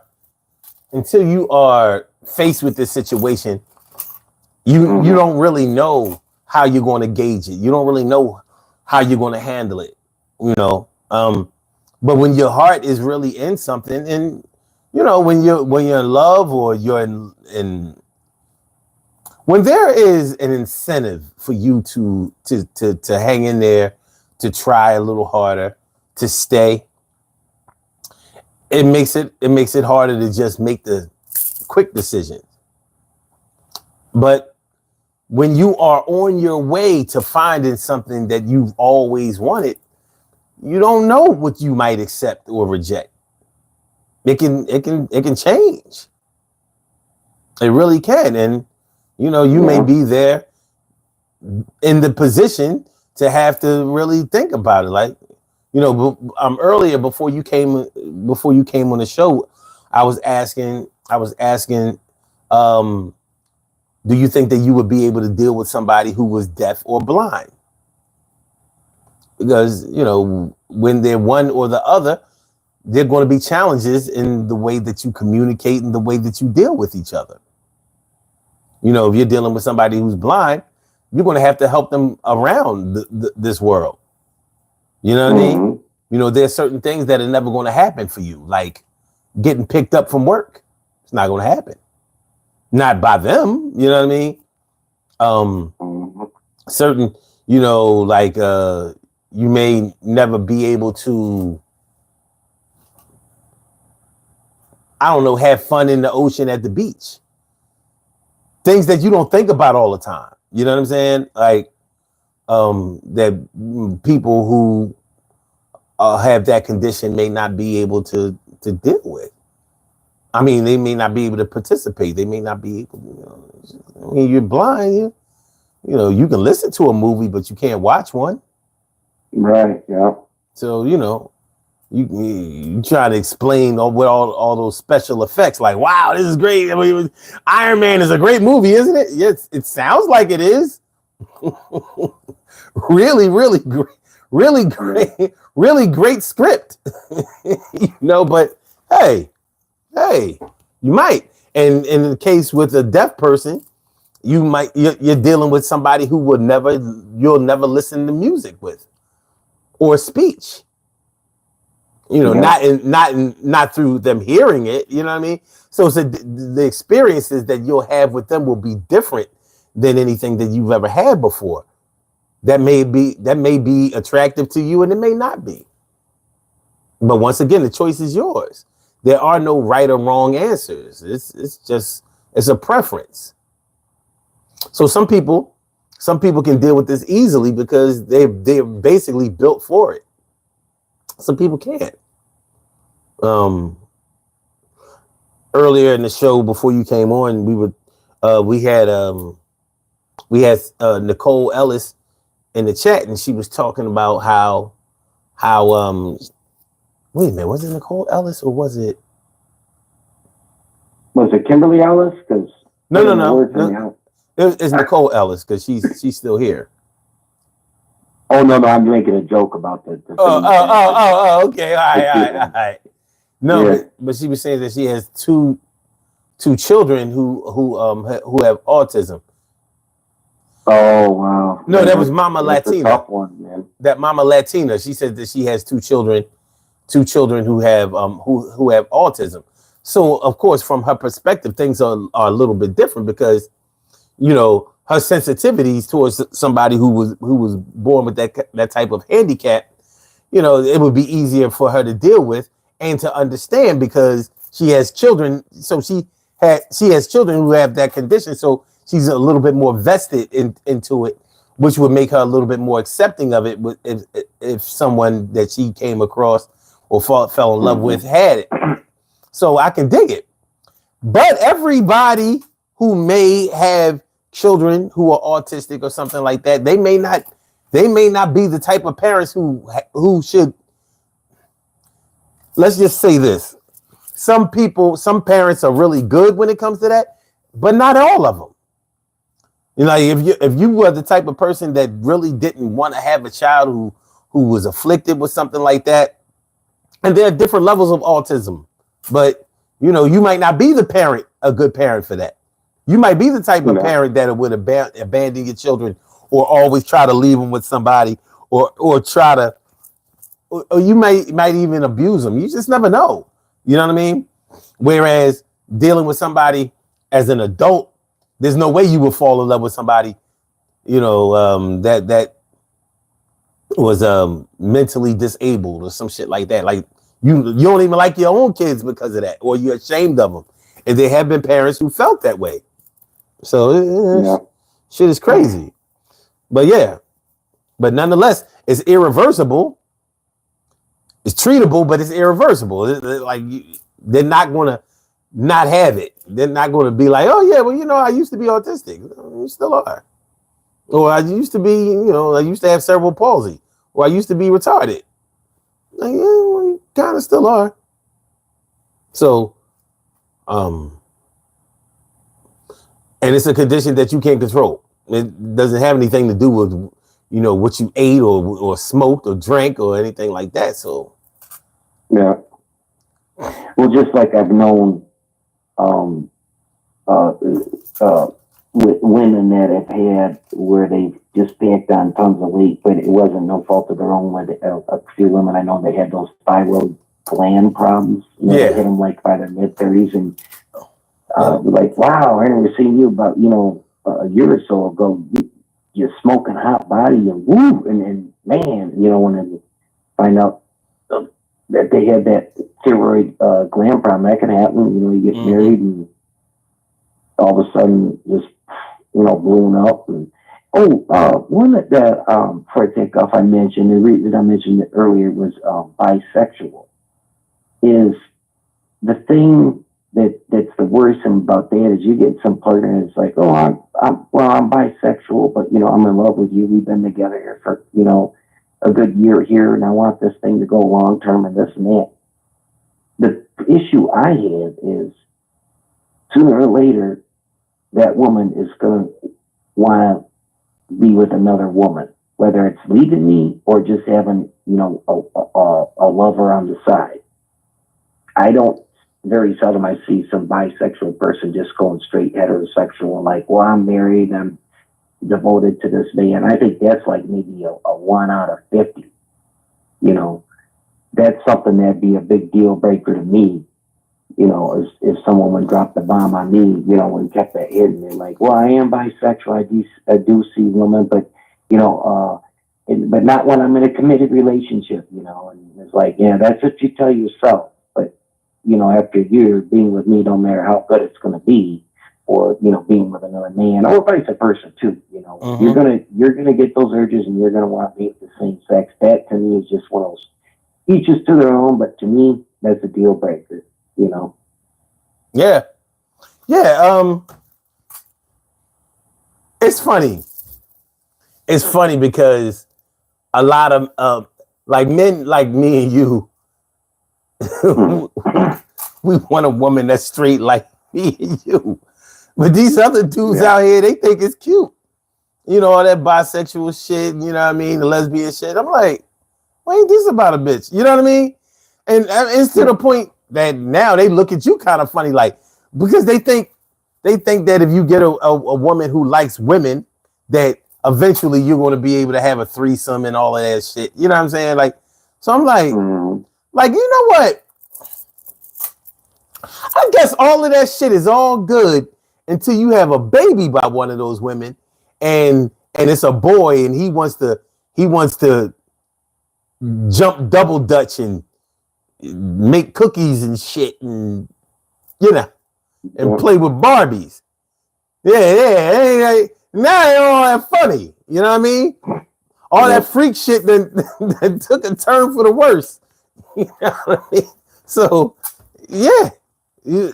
I can see the one exception might be like somebody in their like mid or early 20s, and it's just like a booty call, like, hey, man, I want to nail her. She's looking fine. You know what? And someone says, well, she is bi. Well, she is bi. She goes both ways. Like, that ain't no problem. I just want a night to be able to tap that ass. That I could see as an exception. But as far as anything in the relationship, if a woman drops that on me, or I find out, it ain't going to much further other than, hey, we could be friends and talk once in a while, and that's about as far as it's going to go.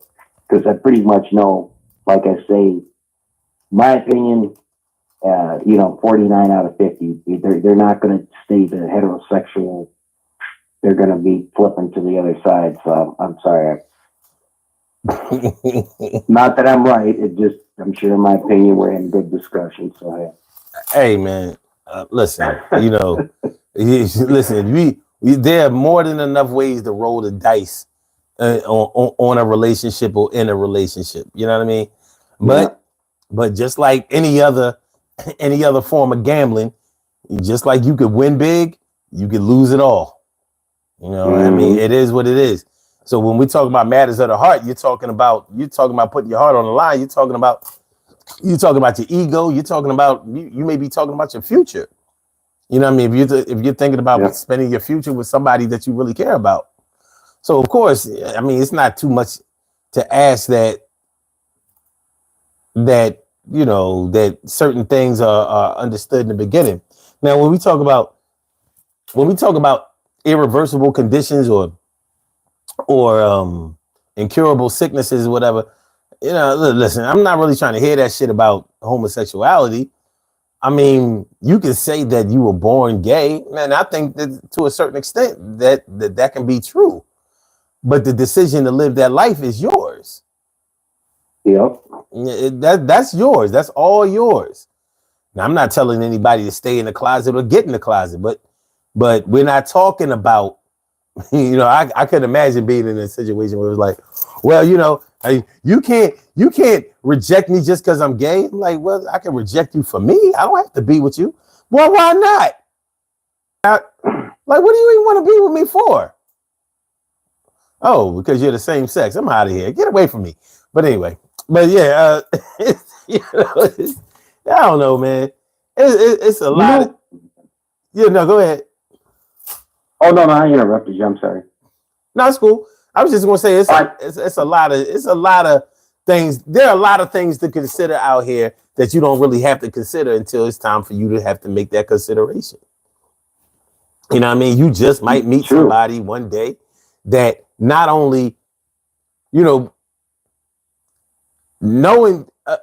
with somebody where you don't know that they have some kind of medical condition going on is one thing, but you may have already fallen in love, already married, already had children with, already gotten with somebody who they can get into a terrible accident, just like a Christopher Reeve, just like a Teddy Pendergrass, and a lot of other famous people. And now they kind of fucked up. They're debilitated. They're incapacitated. So do you just leave them behind? Does that have an impact on the way that you feel about them? Because there's going to be work to be done. Now, before, when you used to just chill on the couch and be just watch the games all the time. Now you're not going to be able to do that. There are going to be more calls to action in your involvement with somebody. You may be up to the task and you may not be, but you have to be honest with yourself. Yeah. It brings up an idea is what I just popped my head as we're having this discussion, and maybe people in chat too chime in for a future topic on your show is risky relationships, in the sense when there's a very high risk in certain types of people you date, meaning like a topless dancer. It's very, very seldom that's going to work out. It's a lot of people in their 20s and 30s are dating someone through the workplace. There's a risk factor there. Or somebody, let's say you're in an apartment complex and the neighbor, or somebody who's not divorced yet, when they're separating and telling you, no, wait, the thing's going through, it's just, I got a money issue, or he's just holding things up, but it's just an idea. I'm sure there's some of the other people here in the show would chime in as far as some other ideas, but that would be a good a suggestion for a future show topic. Risky relationships. Mm-hmm. That's cool. Yeah. Once again, let me hold on. Let me get that one. All right, what's the title of this? Oh, my suggestion? Yeah. Risky relationships. Risky relationships. Risky relationships, basically discussing, where there's a high risk factor that it's not going to work out. And an example would be like dating a coworker. There's a much higher risk factor that problems are going to happen, or someone who's not officially divorced yet. Another one that popped in my head is, I know a lot of guys in their 20s that fell in love with topless dancers. God. What they do for a living, within 6 months to a year, in love with a stripper. Uh-huh. In love with a stripper. It's all good till you realize she wants to take her clothes off in front of way more people than just you. Publicly and privately. A lot of them get caught into the prostitution because they're like, oh wow, I made $500 or $600 that night doing this, and then I had some high roller come in here, and then I made $2,000 and for one night. And then almost all of them fall into that. Yeah, you know what I mean. Yeah. Because it's the sex industry. Too. One thing about the sex industry is that once you have already chipped away at your soul, it's easy to take the rest of it away. You know what I mean? Mm-hmm. If you'll get naked and dance for money, you mean to tell me you won't accept money to get fucked and where you can make it much faster? Much more, yeah. You know what I mean? Like when you are a stripper, you have to pay the club that you strip in. There are all these fees and shit that come before you get a chance to make money. Because the place that you're dancing for, they have to make money too, and they make money off of you. So they make money off of the patrons, the members, and the strippers. So, and if the strippers, they work strictly off of the tips that they get from the patrons and the members. So if they having a bad night, the dollars ain't getting stuffed or whatever.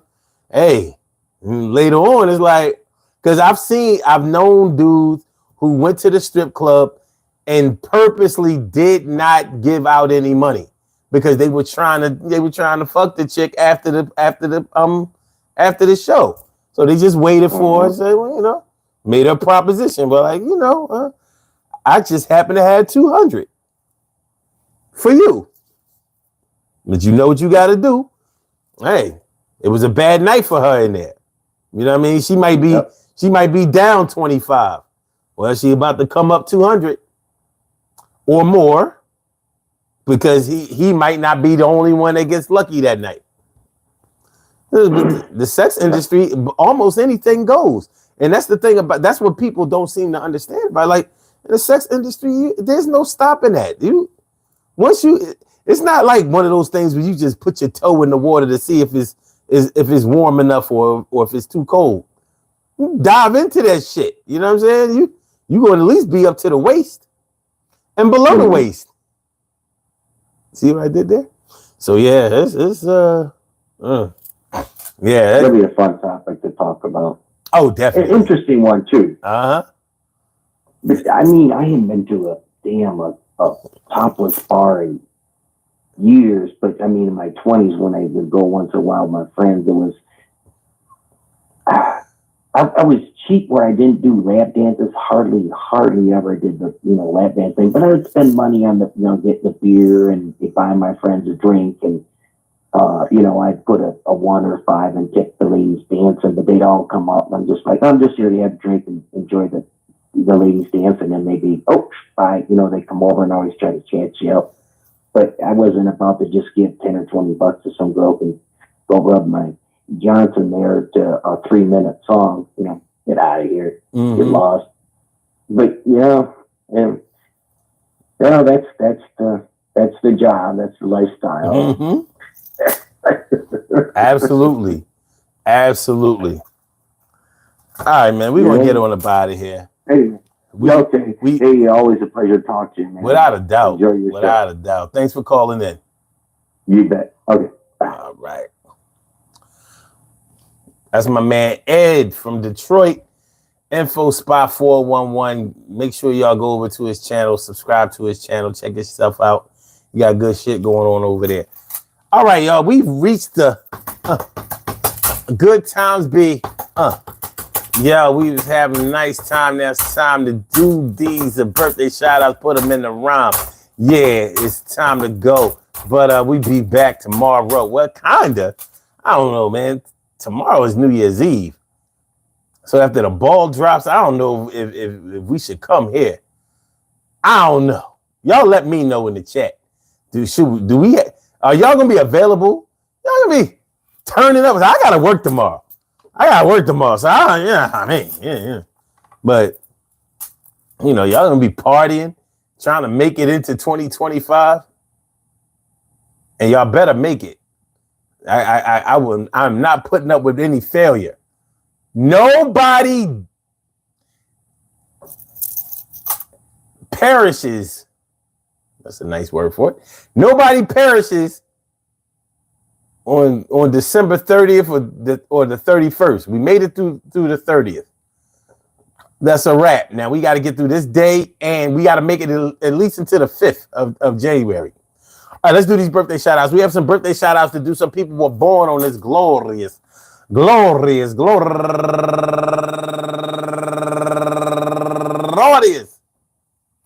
December 30th, and they deserve to be acknowledged. So let's go about our business of acknowledging them and making them feel special because they are special, because they are special, because they are SPECIAL. They get the RESPECT. They are SPECIAL. They get the RESPECT. They are SPECIAL. They get the RESPECT. They get number one out the box.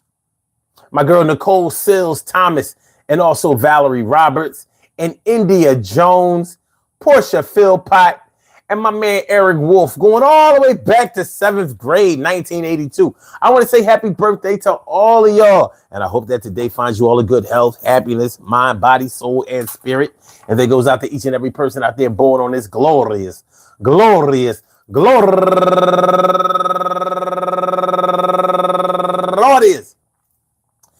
December 30th, anywhere out there in the world, worldwide, internationally, and universally. All of y'all go ahead and turn up. But don't turn up too loud. Just turn up loud enough so everybody can hear you. Rock out. Rock on and do the damn, rock out. Rock on and do the damn, rock out. Rock on and do the damn thing. You do your thing, y'all. Represent the queens and kings. You do your thing, y'all. Represent the queens and kings. Good things happen to those who wait. Great things happen to those who grind. Anything can happen to those who go for theirs. So go hard, go for your. Go hard, go for your. Go hard, go for yours. I gotta tell y'all about this thing. Yeah, it's all about or it's about either or. It's about this. I gotta tell you about this thing for real. This is something that you want to listen to. Yeah, you met somebody, then they were kind of sick too. But you was sticking to them like glue because they was made for you and you was made for them through the thick and thin. Yeah, you was in it. You was in it to win it. Run it back, rewind it, spin it. Yeah, you tried to let them go because you really didn't want to work that hard, but you said so. Yo, when you find love that's high and above anybody else that tries to tell you that you shouldn't make a move, but sometimes you heart pump, so you gotta show and prove. Prove what? Prove to what? Prove to yourself that you can deal with somebody that's not in good health. Well, are you in the best shape of your life? Probably not. Do you want to take care of your wife? Well, I hope you do. And if you do, then y'all can be all right. Yo, sometimes love will help you make it through. You can't get better when you're all stressed. You can't get through all that crazy mess when you know you got somebody on your side and it steals you, gets your shit up and gets your pride in the right place, and your face will be lit up like a Kool-Aid smile. That's wild. Well, what about the child? What about your children? Would you abandon them? Would you try to kill them just because they weren't healthy as you want them to be? Come on, Joe. Don't front on that, B. I don't know, y'all. Y'all gonna have to excuse the rhymes for the night. It just ain't working out. It's all right. Still got one more night. Yeah, all right, go. Listen, I'm gonna thank all of y'all for coming through. And I appreciate really, really, really, really, really the commentary that went on in the chat, especially with Mama Latina and Nicole Ellis. I appreciate your transparency and I appreciate your insight, because a lot of people might be struggling with a situation like this. And it's not always easy to let go and to be revealing of what might be going on with you, personally, and as far as your family is concerned. And so to share something like that and to be self-aware in that way is commendable. And I want to thank y'all for sharing that with the Daily Go Get 'Em Business Show. So peace to y'all.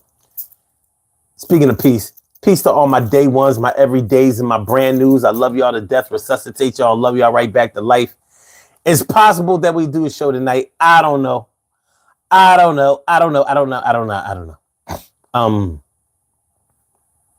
We'll see. We'll see how it goes. Nicole Ellis, you're a comedian. That's what's up. Keep banging. You know that comedy shit is hard. Standing on them stages, getting through them crickets. You know what I mean? Trying to get your timing down. I know how it be. But keep banging. It's always worth it.